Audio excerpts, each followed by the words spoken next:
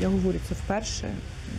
Моя мама це вперше почує. Я була вся в синяках, абсолютно. Він просто мене бере в цих трусах, босо, без телефону. Просто так от бере і отак от просто викидує за двері. Це твій колишній чоловік. Відома людина. Так. Відомий волонтер і блогер. Тоді я вперше знала, що відбувається, коли він вип'є. Людина просто помінялася на 360 градусів. Ітог були розбиті столи, ніж мені в бочину. І тут я взнаю, що я вагітна. Я тільки приходжу в себе в палаті, відкриваю очі, він заходить в тренди і робить мені пропозицію. Коли жертва вже втікає, я хап. Починається війна. І я знаходжу порятунок в волонтерстві. Я збирала посилки, він сидів у машині, курив, грав в автомати, програвав донати на автоматах. Він вже збирав вже на ЗСУ гроші, а сам вже їх тратив не туди.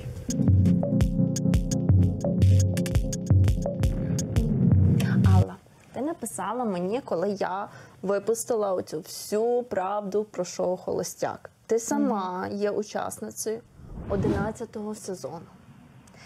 І твоя історія, вона мене просто шокувала. Вона виходить за рамки усього, знаєш, того, що є на «Холостяку» із приниженням честі і гідності жінок. І порушенням права людини. Це взагалі історія про аб'юз, насильство, жертвою якого ти стала. Да, це, звісно, буде шок і для моїх підписників і для людей в цілому, тому що я про це майже нікому не говорила. Але я думаю, що варто там. Ти про це мовчала дуже довго. Чому? Чому ти не наважувалася це розповісти і зрештою наважилась? Дивись. По-перше, до цього треба бути готовим морально. Якщо чесно, в той момент, коли я пішла з тих відносин, то був шок для багато кого, нашу пару знали дуже багато хто. Мені з усіх сторін предлагали інтерв'ю, але я розуміла, що я не то, що не готова до інтерв'ю, я навіть не готова зрозуміти, де я є, хто я є і що мені робити далі, типу, розумієш? Ти сказала, що вашу пару багато хто знали. Ми не назвали ім'я цієї людини, але це твій колишній чоловік. Так. Відома людина. Ще за нього заміж вийшла. Це я тебе запитаю, як ти ще за нього заміж вийшла. Відома людина. Так. Відомий волонтер і блогер. Так. Ти назвеш його ім'я? Ні. Ні, не треба. Ми покажемо. Ми поговоримо просто. Так, але скажи мені, от ти не боялася про це розповідати, враховуючи те, що це відома людина? Ти знаєш, дійсно, хочу тобі сказати, в мене не було сумнівів, що мені не повірять, але в перший час, там перші півроку навіть, я себе відчувала слабшою набагато, ніж зараз, розумієш? Був страх, чи зможу я захистити себе, якщо він почне нападати, а він, скоріш всього, почне. Коли ми з тобою поговорили, я побачила твою реакцію, і як ти сказала, що це важливо, як це важливо знати, як це важливо іншим людям, я подумала і вирішила, що ти права. Я маю про це говорити. І є багато причин, чому я маю про це говорити. Знаєш? Ця проблема, вона є поширена в Україні. От якщо ми беремо статистику, бо я вже дуже прийшла після нашої розмови, думаю, почитаю, більше, щоб бути предметніше з тобою розмовляти. Кожна п'ята жінка страждає від насильства, і це тільки про фізичне і сексуальне насильство. Тобто ми навіть тут не говоримо про психологічне насильство. І дуже часто вважають, що якщо він тебе не б'є і не насилує, то хороший хлопчик, правильно ж? Перед тим, як ми зараз продовжимо нашу розмову, я звернуся до наших глядачів, друзі. Алла наважилася це зробити, тому я вас попрошу поставити коментар, поставити лайк і написати коментар підтримки. Бо я знаю, наскільки тобі було це важко і що ти пройшла, будучи в цих стосунках. Але треба. Друзі, я тут подивилась і виявляється, що 95% із вас, хто дивляться ці інтерв'ю, не підписані на цей канал. Тому давайте це виправляти І відтепер ви ще можете підтримати мій канал, ставши спонсором. Тепер ви можете підтримати цей канал донатом. Ви можете обрати рівень спонсорства, який вам комфортний, стати небайдужим другом більше, ніж другом, чи навіть ангелом-покровителем. Сергій, Боже. Господи, дожились, вже в людей гроші прошу, ти розумієш? Ну але ж 2 роки я вже сама в це вкладаю. Мені тут навіть встидно попросити. Я не знаю, давай не будемо це вставляти взагалі. Давай не будемо це вставляти, тому що, ну... Мені також, я чую, що ти говориш. Мені також було складно сказати правду і щиро про якісь свої труднощі і складності. Я тобі пропоную і вставити про спонсорство, і вставити то, як тобі то складно дається. А люди, я ж тобі вже говорила, Плакати. Ніхто не зрозуміє, але я буду плакати. коли від душі в душу, так більше чують. Я надіюсь, що це записали, і ти це не вирішиш. І як тобі складно, і то, що тобі це потрібно. Все, я не знаю. Коли ми з тобою зустрілися вперше, тоді я тебе сприйняла як таку сильну, потужну жінку. Тебе так побачили глядачі на проєкті «Холостяк». Пошла работать. А меня назвали по имени-отчеству. Алла Павловна, это Алла Павловна. Ти кажеш, Марічка, я таке пережила. У мене були стосунки аб'юзивні такі, що я без сліз тобі про це не можу розказати. Скажи мені, будь ласка, у мене не складається просто картинка, як така сильна жінка може стати жертвою аб'юзу. От в мене було також це питання. Як я йшла на холостяк, я була самодостатня дівчина, яка вже собі купила машину, яка тільки переїхала в Київ з Одеси, ти розумієш? І ось одразу після холостяка я виходжу на травму. На травму, Марічко. На травму? Ти маєш на увазі травму після холостяка? Ну так, в мене на той час була отакенна дира в душі, розумієш? Отакенна. Я вийшла... Зрозуміла, тобі так образно скажу, захочеш про це поговоримо далі. Я 1,5 тижня оглядувалась, хоча я там була 3 тижні на зйомках. Та? Я не могла зрозуміти, де я, в якому я просторі. Ще окрім того, я, вийшовши з нього, зрозуміла, що в мене вкрали машину мою. І воно ще додавало мені якогось розпачу, у ту диру підсилило. В той момент трапилась зустріч. Я була дуже розгублена, я була в розпачі, я була розбита, я не розуміла, що то робиться в моєму житті. І зараз згадуючи, я вже максимум через тиждень я вже нічого не розуміла. У мене було одне: все, тільки він і тільки його хочу. Це отак сталося. Навіть будучи там зовсім недовго на холостяку, я розумію, в стані якого афекту, скажімо так, ти знаходишся. І тому, коли я почула, що в тебе це відбулося одразу після холостяку, я зрозуміла, що це є зв'язок між цим. Давай про це поговоримо, про холостяк. Я вийшовши з цього проєкту, я втратила роботу, тому що я не знала, як відносяться до холостячок в Києві. Вже знаю, і я думаю, ви можете здогадатися. Все, ти якийсь, наче, я не знаю, нерукопожатний стаєш. Я там була ті 3 тижні, розумієш, я нічого там не зробила. Абсолютно, посиділа я трохи в троні, добре. Висказала свою думку. Але вже ти виходиш, на тебе якесь інше сприйняття, розумієш, холостячка, це як пятно, бляха, на моїй репутації. У мене була гарна робота, я працювала з дуже високопоставленими людьми. Я ресторатор, івент-менеджер, я робила закриті вечірки, закриті зустрічі, дні народження, якісь там, політичні, не політичні, домашні, дружні. І заробляла гроші, і вже приїхала в Київ. Оточення в мене було гідне, в мене була машина, тра-та-та. І тут я дуже багато втратила. Окрім душевного спокою, впевненості в собі, ти розумієш, там просто знищують впевненість в собі дівчат, які невигідні, яких не готують на фінал. Там просто знищують, наприклад, двічі чула, як поза очі називають нас маріонетками. Та ці маріонетки, тоді ще говорили російською. Всі, хто знає, хто я була на «Холостяку», запитують, чи є сценарій. Є, але це, знаєте, як сценарій без сценарію. Я Тобто можу окремо про це розказати. Так. Тобі його не повідомляють. Вони мені говорять, піди до тої, задай таке питання, посварися з тою, чуть ли не подарися з тою. Вони, ну, як я тоді зрозуміла, вони очікували від мене, що я буду там така ходити, знаєш, така, я не знаю, леді, нємка якась, і всіх наказувати за їх погану поведінку з плечю, виводити всіх на чисту воду, всі мене будуть ненавидіти, боятися, і я буду тим веселити народ. Ну, типу... Це була їхня роль для тебе? Це була їх роль для мене. І ми живемо в будинку, і я розумію, що на мене давлять. В общем, не спалось мені, я пішла в ті кімнатки на мінусовий поверх. Ходжу так, і одна не закрита була. Їх зачиняли. Я зайшла, подивилась, ну, стоїть там, реквізити стоїть, то дивлюсь, лежать листки А4, такі ж, знаєш, потягані, але такі з крепкою.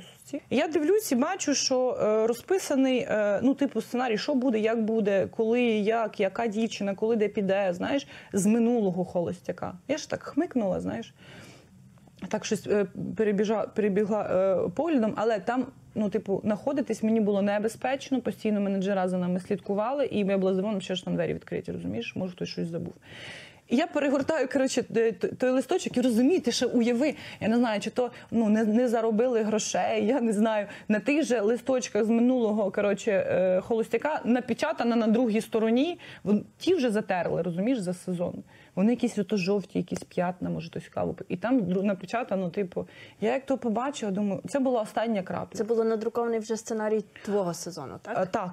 Так. Там було щось по типу, та піде тому-то, і буде таке побачення, щоб розкрити то-то.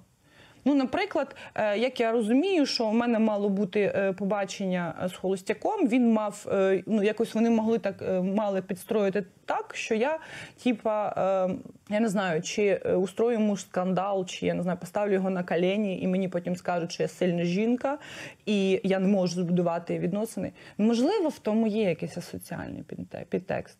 Але є один нюанс. В тебе не запитують, чи ти готова грати роль, чи ти готова своєю душею, своїм життям зіграти роль отакої жінки. Ти знаходиш цей сценарій, бачиш роль, на яку тебе не попереджували і з якою ти не погоджуєшся, і ти вирішуєш покинути. Так, я кажу, я спочатку, знаєш, перше, що сталося, ти коли знаходишся в тому, я потухла, я відверто говорю, я потухла. Я така думаю, боже, що робити?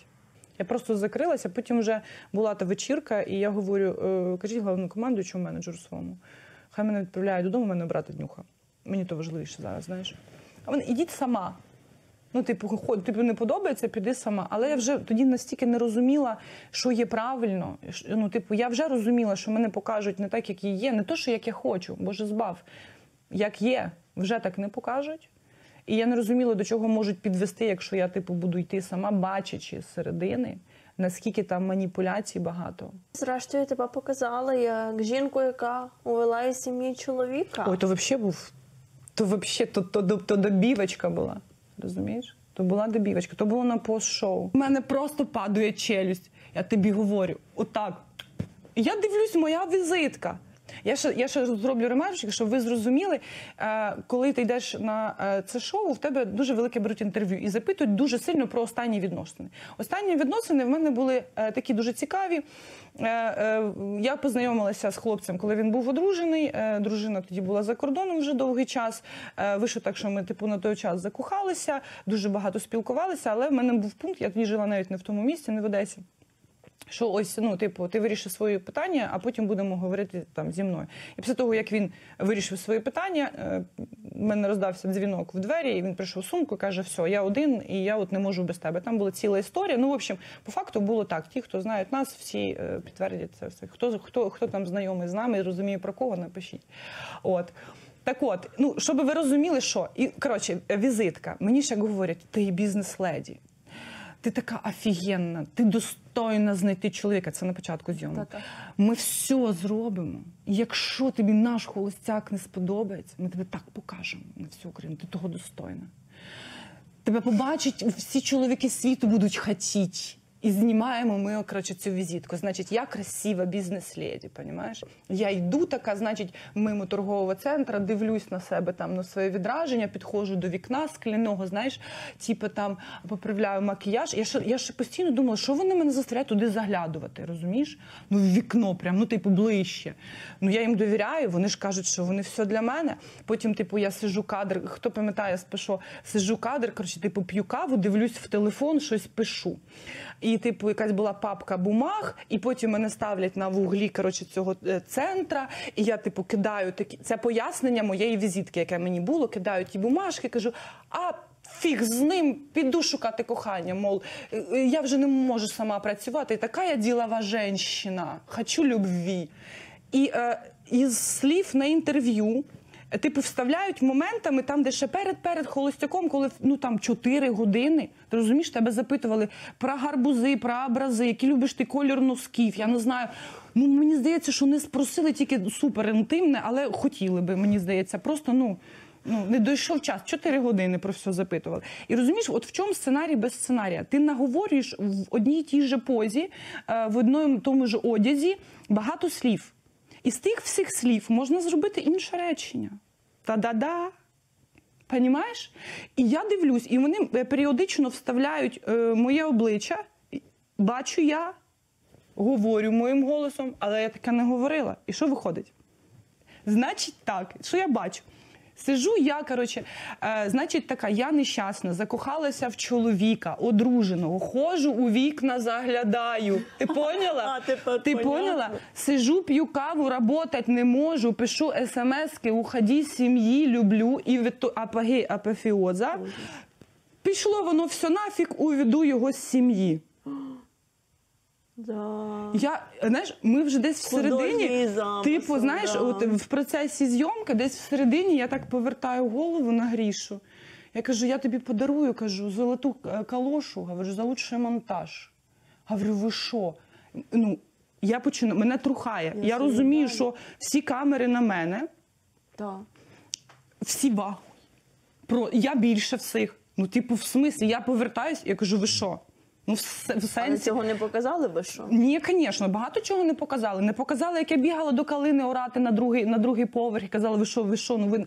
Ти розумієш? Я, до речі, дякую тобі за можливість, що ми про це заговорили. Я не мала можливості сказати в телевізор, що та сім'я і та дівчина, яку там так чоловік покинув заради мене, потім пішов до мене, вони не мали права втягувати тих людей в... Ну, добре, я підписала контракти, робіть там з моїм там життям образно, хоча воно так і звучить, що ми робимо своїм життям все, що хочемо. Від народження по сей день люба інформація ми використовуємо, і ти не проти. Добре, я підписала. Але яке ви мали право, по-перше, втягувати туди ту дівчину? Ну, багато ж людей, ну, знали. Їхнє оточення, впізнали мене в телевізорі. І ти нічого не могла зробити? Я просто кажу, ну, зйомки закінчуються. Ви що тут всі, охреніли взагалі? Ну, типа, ви що собі, ну, типу, це неправда. Вони заспокоювали, потім вже почались погрози. Сядь, ти маєш право, ну, ти зобов'язана довести. Потім мене підпудрили, я сіла, і мені, типу, дали право виправдуватися після того, ну, ужаса. Вони не замислюються, як буде жити ця дівчинка далі. Там повністю нуль емпатії, дівчата. Там ти маріонетка. Їм не цікаво. Хоч ти іди вмри, повішайся. Для них це також буде хайп, бо повісилась холостячка, мабуть. Ну, принесуть, може, одну троянду червону. Кажуть, тобі троянда. Почивай з міром. Ти сказала про те, що а що далі з дівчатами? І от що далі було з тобою, коли ти виходиш з цього проекту? І я хочу повернутися до нашої розмови про те, з чого ми починали, наша і що є основною темою цього інтерв'ю. Так. Твої аб'юзивні стосунки. Познайомилася з людиною, він мене просто перехватив взяти інтерв'ю. І бере мій інстаграм, типу, щоб мене відмітити.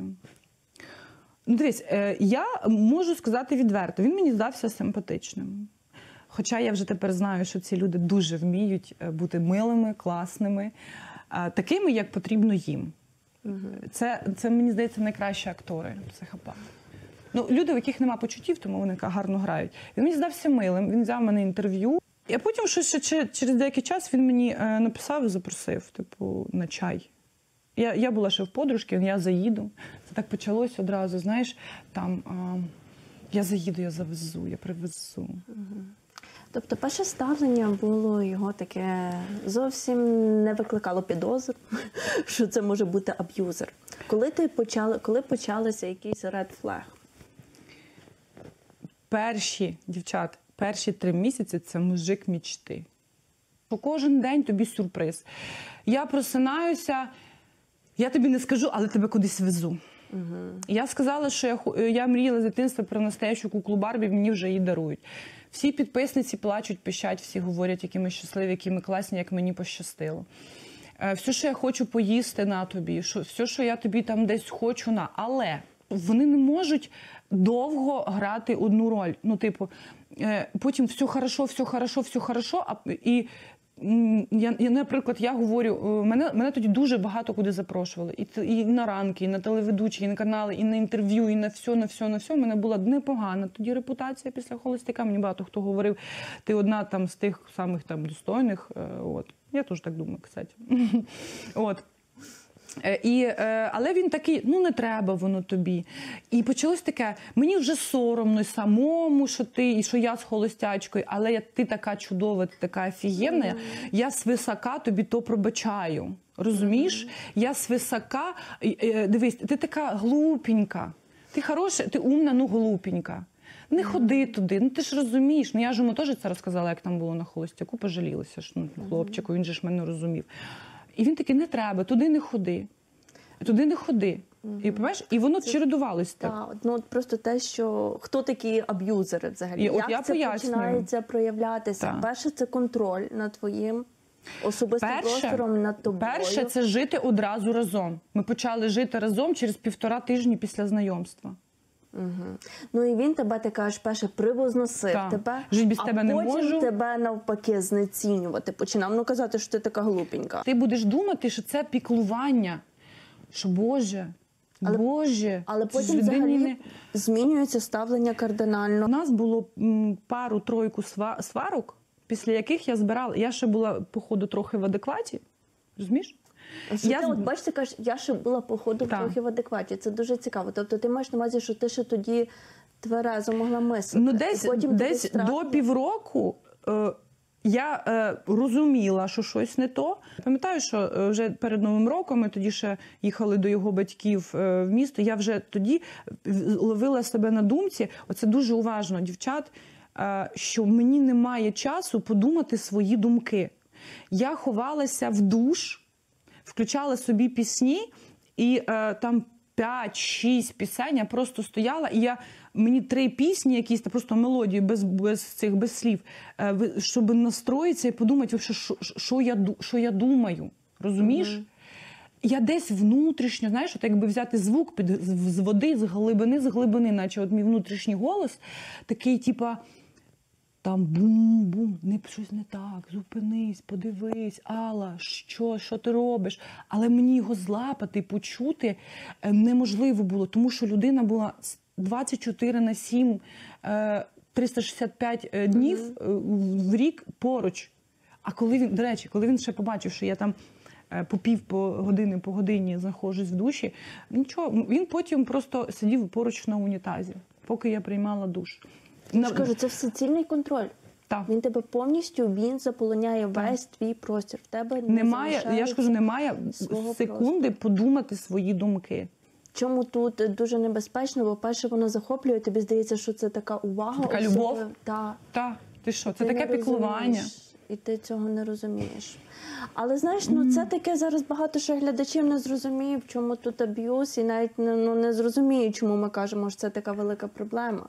Ніяка дівчина на те, що її очікує далі, не поведеться одразу, ти розумієш? Тому обов'язково мені би хотілося пояснити, як воно спочатку, як ти себе відчуваєш. Розумієш? Так. Ти потрапляєш в таку повну залежність від людини. Повну і втрачаєш себе. Ти і дуже потім ця людина правильно сказала, повну.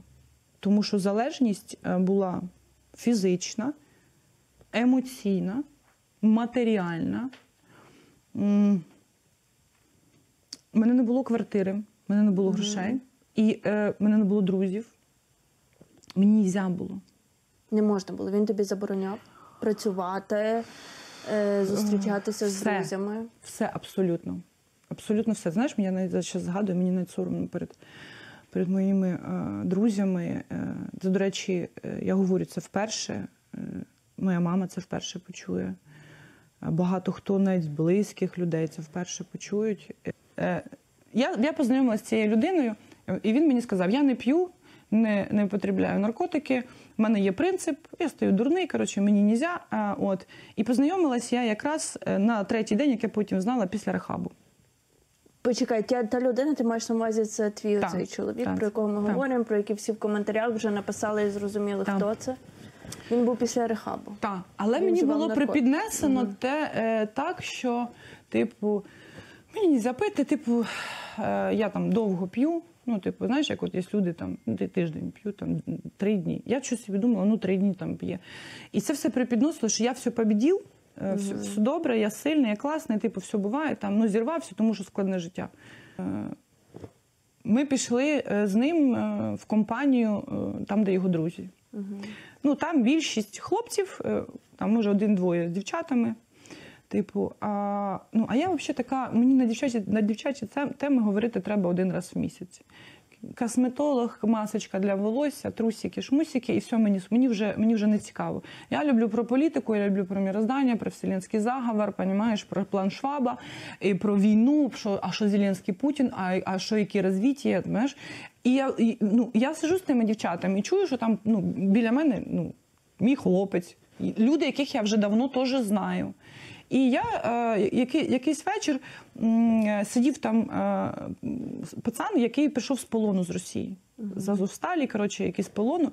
І мені було цікаво. І я почала в нього запитувати, а він сидить напроти, і він щось так, він не харахорився тим, навіть, не сильно розказував. Я не хочу, він ще був такий після, не відійшовши. І я його відчула якусь таку біль, знаєш, і його запитують, чи били, не били. Я йому говорю, як ти себе відчував, слухай. І якось мене вирвалось, знаєш. Кажу, слухай, як ти то все пережив? І він наче відчув, що, я на ньому не хочу хайпитися або щось. І почав, знаєш, мені розказувати. Йому наче було потрібно з тим поділитися. І в нас зав'язався той діалог. Ми не встигли доїхати додому, щоб ти собі розуміла. Я вже шлюха, я проститутка.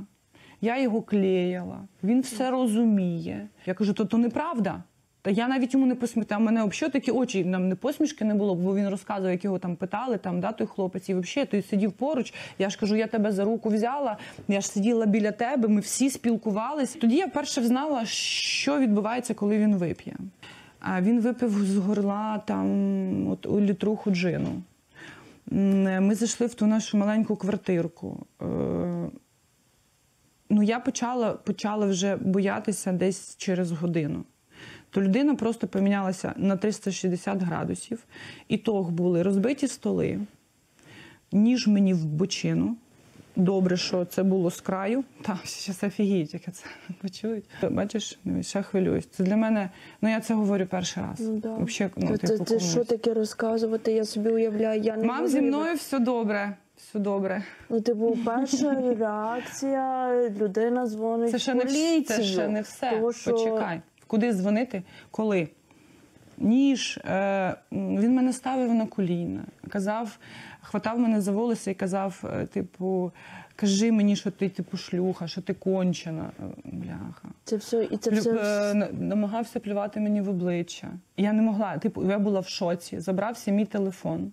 Він його розбив просто. Він тріснув екран. Я була вся в синяках, абсолютно. У мене синяки були. Чим закінчилось? Я не пам'ятаю, як. Я просто вирубилася. Чи без сил. Я не пам'ятаю, може він мене вирубив. Для мене та ніч згадується якимись кадрами, розумієш? Вспишка, я стою, він стоїть наді мною і б'є мене по обличчю. Вспишка, я щось біжу, падаю, бо підскизнулася на тому розлитому, він мене хватає, повертає, щось він мені говорить. І що ти думаєш, я відкриваю очі, я пам'ятаю, що мене це дуже вразило. Він лежить позаду мене і обіймає мене на ліжку. Після всього цього. Я отак от, знаєш, в мене в секунду повертається пам'ять, отак от, знаєш, я підриваюся, розумію, що в мене тріщить голова просто, вона вся побита, я вся болю, в мене шок. Я не розумію, де мій телефон, я його не можу знайти. В домі бардак, він ще п'яний, відкриває. І знаєш, це таке ще, типу, що, слышиш, ну що ти? Я що ти до мене не дотрагуйся. Починаю збирати речі. Ага. Просто істерично я така, так, все. Це вже остання крапка. Кидаю в чемодан, знаєш, що він робить? Я була тоді в трусах, без лівчика просто. То був лютий чи січень. Боже, мамулечка, якщо ти це дивишся, зі мною все добре, біля мене найкращий чоловік, не хвилюйтесь, все добре, все в ітогі добре. Зараз дуже багато хто почує то в перший раз. І ще великий сильний тип. Він просто мене бере в цих трусах, босо, без телефону. Просто так от бере і отак от просто викидує за двері в під'їзд і закриває двері. Щоб ти собі зрозуміла, я сиділа 4 години, не знайшла кусок пінопласту, без лівчика, в під'їзді, під дверима, в одних стрінгах. Отак от прикривши груди. І не треба мене жаліти, все добре. Ну, ти просто уяви ситуацію. 4 години. Я стукала в двері, мені вже приходилось просити, будь ласка, я тобі все пробачу, тільки, будь ласка, дай мені просто, я візьму речі і піду, я нікому, нічого не скажу. Ну, нуль. Скажи мені, будь ласка, чого після цього всього ти... Що я вийшла за нього заміж? А то, що ти вийшла за нього заміж? Як після цього Я тобі більше скажу. Він потім вийшов, кинув мені таку накидочку, яка ледве мені попу прикривала, розумієш? І пішов. Я в тій накидці пішла до консьєржки, тому що вже люди почали говорити, сидить, ти уявляєш, скільки мене людей бачило за 4 години під дверима, отак от сидячи в синю. І я згадала, де працює мій друг, згадала адресу його офісу, вже та консьєржка знайшла якусь там людину на етажі. Та людина відвезла мене, я кажу, в такому вигляді. Я йду по тому французькому кварталу, тими волосами прикриваюсь. По-перше, очі тої людини, до якої я прийшла, на роботу. У мене добрі друзі, мені друг зняв квартиру, відправив, свою сестру, попросив, щоб вона купила якийсь там Ocean поруч, якийсь там спортивний костюм, кросівки, носочки, лівчик, дав грошей, купив якийсь там дешевий телефон, плюс-мінус якийсь там сенсорний. І зняв отель мені на тиждень. Дав грошей і, перше, що він запитав, вбити? Я кажу, ні. Понімаєш? Він на мене дивиться, я, до речі, після того дуже довго повертала повагу того свого друга. Тому що він мене бачив, я була синя. На мені не було місця. Там на обличчі плюс-мінус, там знизу можна було тоналочкою підкрасти тіло. Тіло було повністю синє. Він сказав, роби, як знаєш. Я доросла дівчинка. Що ти думаєш? Я всю ніч проспала, мене проморозило, пам'ятаю. Перше, що я зранку зробила, я набрала його, бо я хвилювалася, бо я знала, що алкоголь на його організм впливає, як вбиває. Що в нього може зупинитися серце. Це, як він мені розказував, може і не так.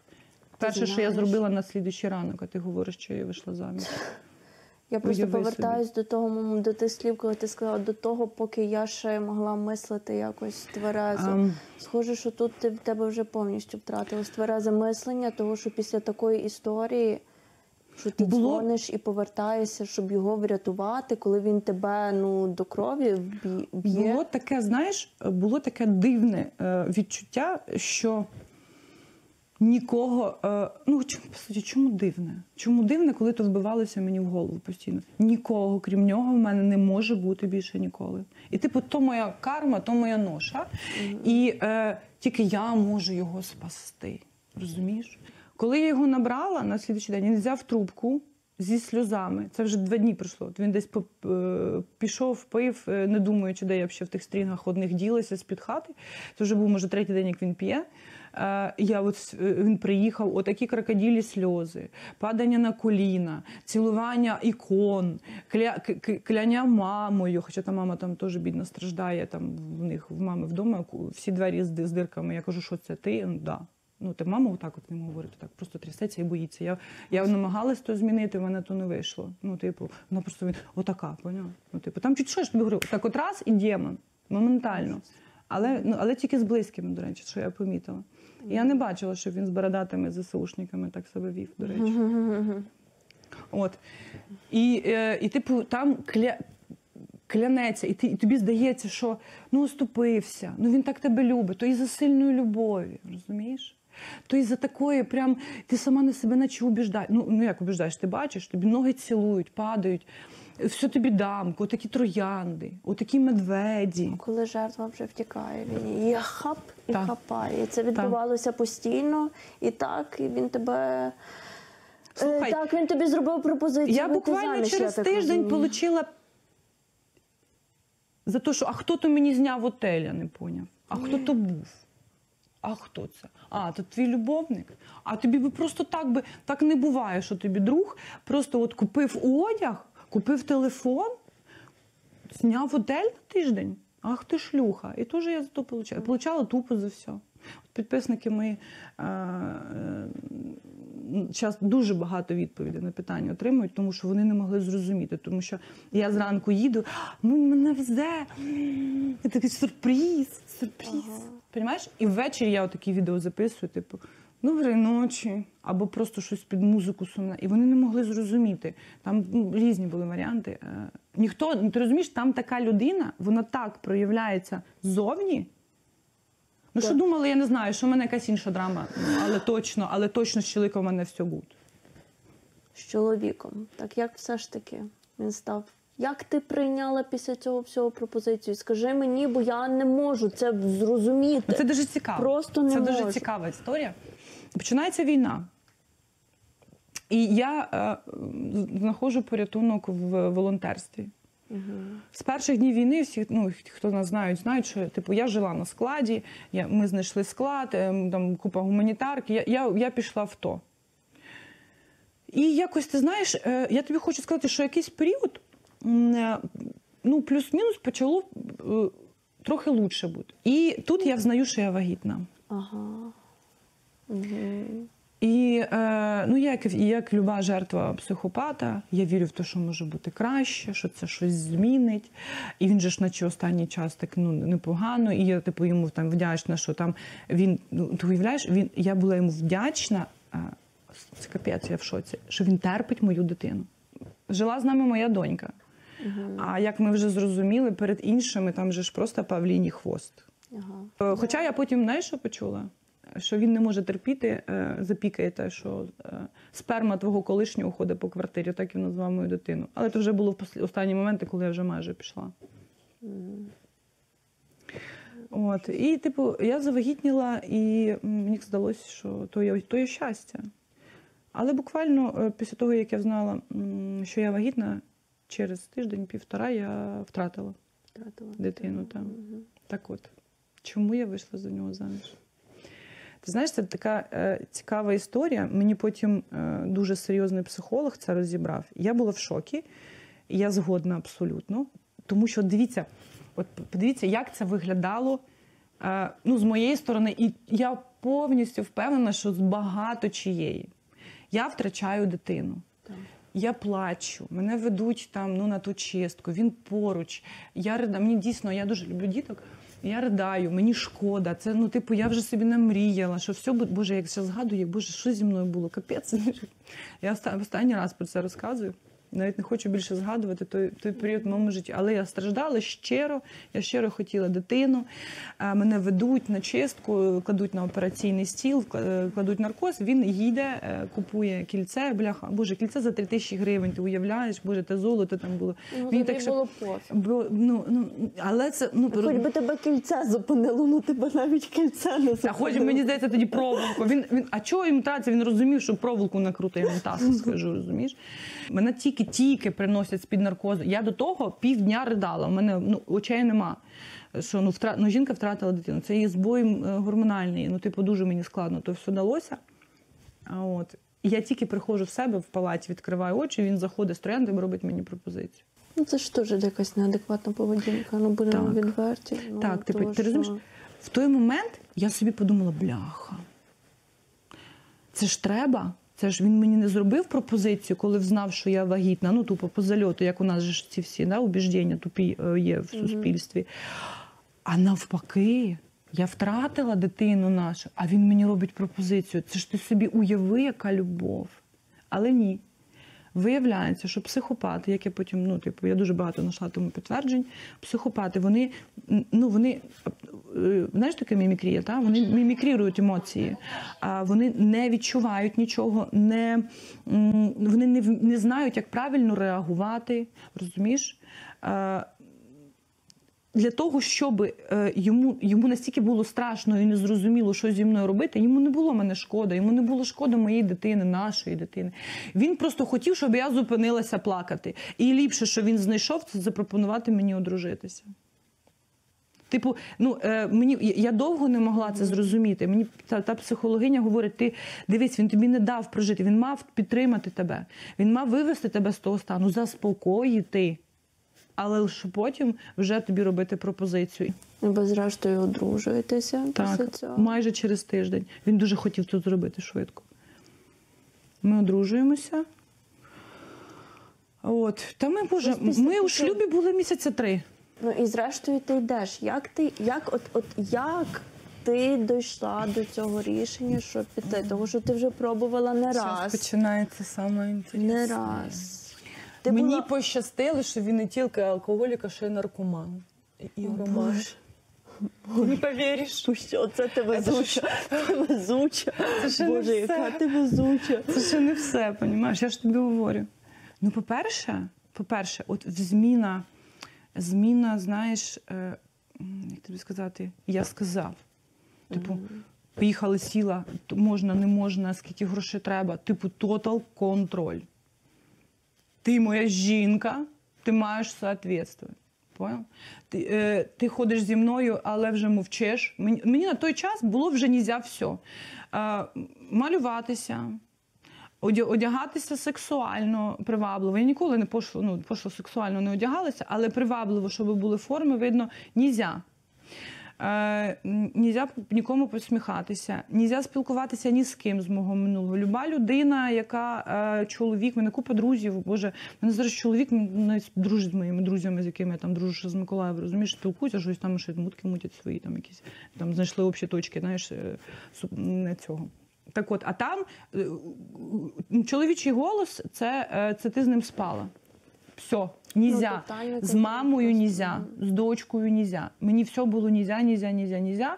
І була дуже велика сварка. Він тоді сказав, скажи підписникам, що це ти за свій рахунок зняла квартиру. Тому що він же збирав вже на ЗСУ гроші, а сам же їх тратив не туди. І щоб не спалитися, що це він заплатив. Ну, а хата нормально коштувала там 16 тисяч, здається, чи 14. Ну, там перший останній ріелтор. Звідки в мене гроші? Вони всі в нього були. Він мені навіть не дозволяв там нормально, там навіть блог вести. Він тобою хотів ще прикриватися у публічному просторі. Ну, він так і робив, прикривався. Він постійно прикривався мною. Я збирала посилки, він сидів у машині, курив, грав в автомати, програвав донати на автоматах, а потім виходив отак от телефоном, знімав, каже, ми сьогодні, дивіться, стільки посилок склали. Я йому ж колись кажу, слухай, ну ти хоча б мене згадай, там ми скажи, або похвали мене. А я просто в поту ліца, у мене там ще 3 дівчини, поняла, в тій пелюці, в тих мишах, там ще миші були, я їх боюсь жутко. Приїхав. Ну, він там щось логістику, щось рішав. Я трошки в шоці від Мені цього вже жарко. бо я не всі деталі знала. Так от, ми приїжджаємо в ту квартиру. Ну там просто рай, там така гостина. Я там і йолочку, і пледики. А в мене була велика коробка, я їх навіть не відкривала там, ну, свої там здобутки, те, що я нажитки. А я люблю гарні пледи, подушечки. Ну, то як ти любиш, знаєш. Там підсвічнички в мене, там гірляндочки, там якийсь там вазон з квітками. Там я все нове повідкривала. Я таки зробила вайб. Я йому постійно, знаєш, що як там він давив на те, в мене там не було такого в дитинстві, там, мене там то. Ну, я розумію, по суті, це психопат, це дуже травмована людина з дитинства, вбита. От. У мене того не було. Я намагалась, розумієш? Ну, типу, попри все то, я хотіла і вилікувати його, і може щось йому дати, що йому не додали. Я була в тому стані, знаєш, віддавати і не, ну, типу, не думати про себе зовсім. Я йому включила, пам'ятаю, Гаррі Поттера, вкрила його плєдіком. Доця моя там імбірних пряників, там посипаних цукровою пудрою напекла. Я йому кажу, дивись, як все добре. Ну чого ти, бляха, такий? Ну, цінуй. Дивись, ну ти все маєш, рухайся далі. І тут наступає Новий рік, і я в нього запитала, кажу, можна я собі візьму там 2 пляшечки просеку? Взяла 3, випила їх, але я пила їх десь 6 вечора, там, до ранку ми сиділи, все було класно. Класно пройшов Новий рік сімейно. Ми подарували один одному подарунки. Він там малі дійсно купив, там, що їй треба. Він старався, шукав там чашечки Гаррі Поттера. Ми зняли відео, замовили їй там лист з Гаррі Поттера. Влада навіть просльозилася. Типу, ти розумієш, от це такий був контраст в цих... Але вже 1 січня. Він каже, я поїду куплю вкусняшок. І тут я дивлюсь, що, бляха, поїхав він в обід. Ага. А вже 8. Мені поступає дзвінок з заплітаючимся язиком. А це вже був не перший зрив. Після минулого зриву він там бив ногами в чужі машини, виганяв мене спати на вулиці, бо я йому захотіла запальничку, поки їду через міст, знайти в машині або стати у того тіпа взяти, і, коротше, чуть ли не вухо. Мене купа відео є, коротше. От. Дзвони, спустись. Я спускаюсь і просто в шоці. Сидить вбите, мерзке тіло, накурене. І я розумію, бачу 0,5 Джека. І розумію, що мені кранти. І, все спочатку починається. Наше. Сюсі-мусі-пусі. Він, ти будеш пити зі мною. Я кажу, я не буду пити з тобою. Ну, дивись, це вже була проблема, чого ти... І не то, що чого, я так розумію, ти кажеш, що він лікувався в рехабі. Йому треба було лягати далі. Його залежність спасла мене. Угу. Він був в цьому стані, взагалі в цілому 3 місяці, але я пішла через 2. І перший місяць я тільки то робила, що його рятувала. Я дзвонила друзям близьким, просила, будь ласка, повпливайте. Боже, це такий був для мене позор. Він як зрозумів, що йому вдома не дають пити, курити, він почав знімати в готелях якісь там номери. І я, бляха, в житті з тим не зіткаючись, мені приходилось приїжджати в готель. А в мене локація була його, поняла? І говорити, там такий-то, це мій чоловік, а на мене, поняла, дивляться ці на ресепшені з таким презрінням, знаєш, типу, я якась жінка, яка бігає по готелях, може, типу, з коханкою. А в мене дійсно вигляд дуже жалкий, знаєш, такі мішки, я ридаю, в мене шок, я розумію, що він просто забирав всі гроші. Людина просто прокидається, бухає, куре бульбік, отак витирає, отак під таку білу простінь, відкрили, що ото руки, ото мерзость, ота вся. І так було місяць. То він в машині спав, курив, то він з дому тікав. Потім я вже його тупо лишила. Приходять, і, Боже, як згадаю, той позор, Боже, на мене, я буду все життя просити вибачення перед своєю дитиною. Я навіть їй там психолога оплачувала там півроку, психіатра, щоб ти собі зрозуміла. Моя дитина ніколи не бачила ні маму, ні взагалі такого в житті. У нас дуже прилічна родина. Якісь люди з крапельницями, постійні якісь дібоші, крики, биття ногами двері. З крапельницями ти можеш навіть, що якісь наркотики? Я його рятувала, я його перший місяць рятувала йому. Ти просто собі уяви. Починається ранок, типу там, я не знаю, разів 8 він ходить курити траву. Між тим всім він просто з горла п'є алкоголь. Ти можеш уявити оце тіло в домі. Ти пробувала його врятувати. Так, місяць. Єдиний порятунок це просто його відправляти в лікарню. Він не хотів, ти говорила з ним, бо це... Слухай, ти не могла його врятувати, давай так. Я його не могла, і ніхто не врятує. Може, так, крім лікарні. Ніхто не врятує. І в лікарні не факт. Він розказує, що він там лікувався, вже пройшов і вилікувався. Це нещодавно? Так, інтерв'ю. У 2023 році. Він же сказав, що вилікувався? Так. Від чого? Від того, що він психопат? Від залежності, наркотичної. Всі психопати, в них обострення осінню і весною. До речі, прослідкуйте, хто поняв, про кого розмова. Що осінню, що весною, і купа історій без цього. Я просто знаю. Мене врятувало, по-перше, то що пішов другий місяць. Ну, типу, перший місяць я ридала, чесна дружина його рятувала, ридала, лікувала, просила, умоляла. Я з ним пила, щоб до нього достукати, щось сказати, не помагало. Я з ним курила, не помагало. Я на нього сварилась, не помагала. Я його просила, умоляла, не помагало. Я плакала, не помагало. Я пригрожувала, що я піду, не помагало. Ніхера не помагало, розумієш? Я вже відчаялась, і в якийсь момент я просто зупинилась. І наше життя, другий місяць, виглядало таким чином. Він просто ходив ото на балкон, в кімнаті там був, він їв, спав, пив, ригав на батареї, воно воняло, бляха, на всю ту кімнату. Я вже просто в якийсь момент перестала там прибирати, перестала викликати лікарів, перестала щось йому пояснювати, просто мовчала. І в той момент, дякуючи моїм друзям, от Ліза Крутікова, колись, я ж ніколи не жаліюсь, вона колись мені позвонила, коли я плакала. І я не збила, а взяла слухавку, розумієш? Думала, що я через сльози я не то нажала, взяла слухавку. І вона почула і починає мені дзвонити, і потім пише, каже, я чула, що ти плачеш, а ну негайно візьми ту слухавку. І мені прийшлося їй розказати свою ситуацію. Вона, ти що? А я ж для всіх, Алла Павловна, все хорошо, ведемо блог, чоловік, волонтер, добра людина, все клас, ми взагалі офігенні люди, кожна копійка йде людям, ми спасатель, добро і вся фігня, розумієш? І тут вона каже, ти що, не говорила? Каже, та вона каже, у мого Кості є квартира пуста. І просто завдяки дівчатам Ліна заплатила, це капець, за машину, за грузчиків. Ліза мені передала ключі від квартири. Влада зібрала речі і вдумайся, я ще дня 3 просила його, ти можеш дати мені тверезості півдня, бо мені треба з тобою про щось поговорити. Тому що коли він вже п'яний, накурений, там ти хотіла овощ. з ним ще поговорити, так. правда, не йшла. І я все-таки з ним поговорила ввечері, яка в мене була з ним розмова. Я йому говорю, дивись, я завтра йду.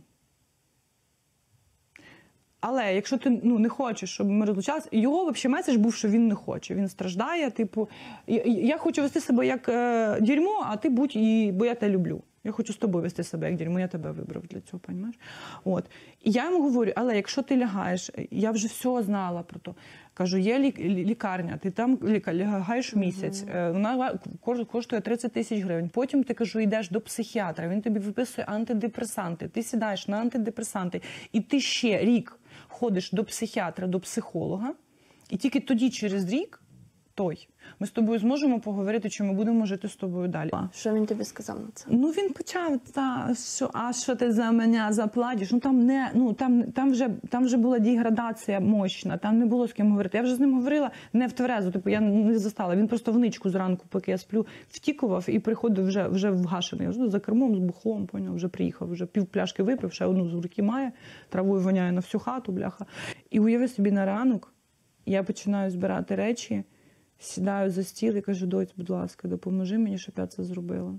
І в мене все рівно були такі, знаєш, наче... Я 100% знала, що я піду, що мені треба йти. Але зломана, твоя основа, опора твоя, да, за яку я зараз тримаюся чітко, яку мені дав теперішній мій чоловік. Я першу сама її зробила, да, а він її укріпив, так скажемо. Їй просто вона як желе. Типу, це не просто шуточки. Це не можна сказати, та то ти просто дура, якась там, знаєш, от як зараз вішають ярлики, та ти в жертві, та ти там уніжена, ти собі сама дозволяла, щоб тебе уніжали. Так не можна говорити, це дуже серйозна річ. Це дуже серйозна річ, розумієш? Він перед тобою хоч раз вибачився? От дійсності. А він не вважає себе винним. Абсолютно. Повір. Повір. Ти би хотіла, щоб він перед тобою вибачився? Ні. Я би хотіла, щоб він вибачився перед своєю матір'ю. Я би хотіла, щоб він вибачився перед своїми підписниками, яких він найобує. Я би хотіла, щоб він вибачився перед пацанами, яких він від душі ненавидить і заздрить їм, але під ними отак от бігає, тому що труслівий і боїться, що його заберуть в армію. Я би хотіла, щоб він вибачився перед людьми, бляха, гроші яких пішли не туди. Розумієш? Я, як зовнішній глядач, ставилася з повагою до нього як до волонтера, там, інтерв'юера і блогера. Після цього всього, що я почула, знаєш, мені дуже страшно, коли Ти не одна зараз. Медійний образ людини може настільки відрізнятися від того, звісно, да. Да. хто ця людина є насправді. От ми, наприклад, їдемо там десь в машині, я йому говорю, слухай, щось там, дивлюсь, бордюри там якісь. Я говорю, слухай, ну дивись, от, наприклад, із 100%, які наші чиновники там крадуть. Да? Говорю, от якби вони крали би 70, і типу, от ті 30 вкладали би, кажу, ти просто уяви, там з 10 років у нас би, блядь, не знаю, Дубай був номер 2, а то і ліпше. А він каже, та слухай, Боже, він, до речі, ж дуже ж хоче туди. Да я взагалі би, типу, я би ще більше брав. Ну, взагалі, це перша людина, яка мені сказала фразу, але те люди. Я не розуміла, бо я така, знаєш, кожній людині є щось добре. Люди – це люди. Типу, і він якось так не розумів мене постійно. Бо я кажу, в кожній людині є щось добре. До якої сторони ти звернешся, то тої людину більше всього, ти по-доброму до тебе по-доброму. І в кожного, кажу, свої болі, в кожного свої драми. Я там за людей. А він постійно, люди то мразі. Він, ненавіжу людей. І я би їх там не любила. То, що він робив, ти розумієш? Давай, от скажи мені, бо ти неодноразово під час інтерв'ю казала про те, що він людей обманював. Ти була свідком Там були цього? схеми. Та, звісно, ми дуже сварилися із-за того. Я намагалася пояснити, що так не треба робити. Ну, типу, мутки. І, дивись, це, знаєш, ця людина робить благі діла руками інших людей, які не є в Інстаграмі, там, ну, типу, не є там публічними, знає купу людей, там, пішов до тих, поїхав. Типу, він щось крутиться, допомагає. Але тільки після вигоди собі, розумієш? Ти розумієш, що зараз посипляться коментарі тобі, що ось ти це була з ним робила, а зараз вже ти не з ним і ти про це сказала. Ти ж це розумієш? Ну так. А як я могла при ньому це сказати? Щоб він мене десь зарізав? У мене вже ножі були. Ну як я могла при ньому це сказати? Я маю на увазі, ти якось намагалася з ним поговорити про це? Ну слухай, там головний був він. Це дуже страшно зараз з огляду на те, що до військових волонтерів, відомих блогерів є велика довіра. Так. І очікувано, що вони підуть там на якісь політичні посади і так далі. Звісно. І так для такі нас... тільки йдуть, вміють брехати. І от тут я хочу звернутися до українців і сказати, друзі, за тим медійним образом, який ви бачите, може ховатися щось інше. І треба бути дуже обережним. Особисто в мого аб'юзера є великий страх бути розкушеним. І є ціль, щоб, любов людей, повага людей, а особливо зараз повага там солдат, це його є безпека, це його є заробіток, і ця людина робить все, щоб таким здаватися. Ти маєш на увазі, що він це застосовує не тільки в особистих стосунках і в приватному житті, а і повністю у публічному? Я би хотіла, щоб почули ті дівчата, які, може, зараз роздумують про те, що хочуть з ним відносин. Я одну навіть врятувала. Ого. Хочеш ексклюзивчик? Ого. У мене ж коли було 1,5 місяця його соцмережі, і директ його читала. Ти бачиш, він такі дівчатки красиві пише. І я дивлюсь, дитина така юна, красива, така хальося. І ти уявляєш, я би ніколи не вдумала, взагалі, що таке може бути в моєму житті, але що таке? Я, коротше, їй написала, ми з нею зустрілися, я просто сіла з цією дівчинкою, пояснила їй, кажу, дитино, біжи, будь ласка, кажу, я тебе прошу, ти така хороша, кажу, я так не хочу. А вона мені потім каже, ти знаєш, в мене вже були думки, типу, отак там він якось одразу приїхав з мамою знайомитись, говорить, я йому кажу, що я не вийду, а він вже під дверима стоїть, каже, в мене вже були якісь такі міслі, типу, що щось не то. Він каже, малишка, вона така, знаєш, вона дуже юна і дуже красива, чиста така дівчинка, до сих пір не дружина. Я би не хотіла, щоб ще не одна дівчина від нього не постраждала, бо я знаю, що то є, типу, і як то складно. Я дуже вдячна, що ти про це відверто поговорила, коли для тебе це було так боляче, важко. Я дуже надіюсь, що твоя історія, вона допоможе багатьом дівчатам переосмислити це. І говоріть. Це не страшно. Переосмислити це. Ну і так само попередить аб'юзерів, що завтра їхні імена можуть появитися в заголовках медіа. І вони подумають. Як то кажуть, сьогодні кармічний рік, так? Ретроградний Меркурій. О, слухай, вже ретроградний Меркурій, кажуть, бивші вилазять, так? Я, виходить, бивша, яка в ретроградний Меркурій в кармічний рік. Мені здається, то доля, то судьба, як так склалося. Я хочу це прожити, знаючи, що хоча б якщо 5 дівчат з цього інтерв'ю підуть з таких відносин, я вже буду розуміти, що то було не зря. Дякую тобі.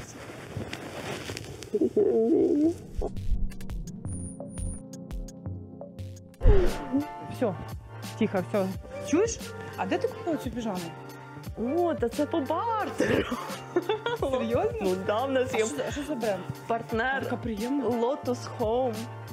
Я все інтерв'ю дивилася на цю піжаму, ті підсвічники. Послухайте, от, Боже, дякую за шанс. Мені оце треба було згадати їх. Я прям тебе поцілую, друзі. Друзі, Lotus Home, український бренд. Лишаємо в описі під цим відео. Обирайте подарунки під Новий рік. Скажеш мені щось?